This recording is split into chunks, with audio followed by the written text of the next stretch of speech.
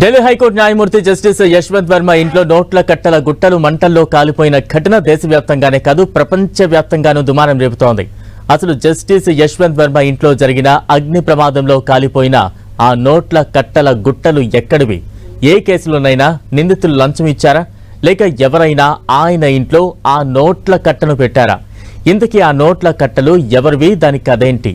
ఈ గుట్టును విప్పేందుకు సుప్రీంకోర్టు ప్రధాన న్యాయమూర్తి జస్టిస్ సంజీవ్ ఖన్నా విచారణకు ఆదేశించారు. అందులో భాగంగా త్రిసభ్య కమిటీని కూడా నియమించారు. అయితే Delhi high court CJ justice DK Upadhyay ఇచ్చిన అంతర్గత విచారణ నివేదిక మేరకు సుప్రీంకోర్టు నియమించిన త్రిసభ్య కమిటీలో సభ్యులుగా పంజాబ్, హర్యానా, హిమాచల్ ప్రదేశ్, కర్ణాటక హైకోర్టు న్యాయమూర్తులు ఉన్నారు. ఈ త్రిసభ్య కమిటీ సమగ్ర విచారణ జరిపి నివేదికను ఇవ్వనుంది. జస్టిస్ యశ్వంత్ వర్మ ఇంట్లో కాలిన నోట్ల కట్టల ఘటనపై సుప్రీంకోర్టు ఆధారాలను అప్లోడ్ చేయడం దేశ చరిత్రలో ఇదే మొదటిసారి.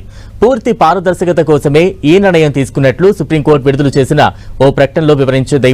జస్టిస్ వర్మ వివరణలో తాను ఆ క్లిప్పింగ్లను చూసి షాక్కు గురైనట్టు తెలిపారు. ఆ దృశ్యాలు తమ ఇంటి వద్ద జరిగిన ప్రమాదానివి కాదని, తనపై కుట్ర జరిగినట్లు స్పష్టమవుతోందని వివరణ ఇచ్చారు. అయితే ఈ ఉదంతం వెలుగులోకి రాగానే సీజేఐ కొలీజియం భేటీని ఏర్పాటు చేయడానికి ఓ వీడియో క్లిప్పింగ్ ప్రధాన కారణమని తెలుస్తోంది. ఈ నెల 14న వర్మ ఇంట్లో అగ్ని ప్రమాదం జరిగినప్పుడు అక్కడికి చేరుకున్న పోలీసులు ఆ వీడియోను చిత్రీకరించినట్టు తెలుస్తోంది. ఆ తర్వాత ఆ క్లిప్పింగ్ ను ఉన్నతాధికారులకు పంపగా వారు సీజేఐకి అందజేసినట్టు తెలిసింది. ఆ క్లిప్పింగ్ ఆధారంగానే వర్మ బదిలీ అంతర్గత విచారణకు కొలీజియం నిర్ణయం తీసుకున్నట్టు తెలుస్తోంది.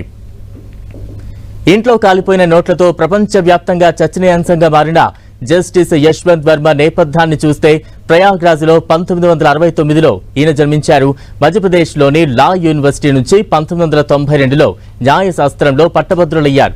అదే ఏడాది అలహాబాద్ హైకోర్టులో న్యాయవాదిగా పేరు నమోదు చేసుకున్న వర్మ 2006 వరకు అక్కడే ప్రత్యేక న్యాయవాదిగా పనిచేశారు. 2012-13లో యూపీ ప్రభుత్వానికి ప్రధాన స్టాండింగ్ కౌన్సిల్ గా సేవలందించారు.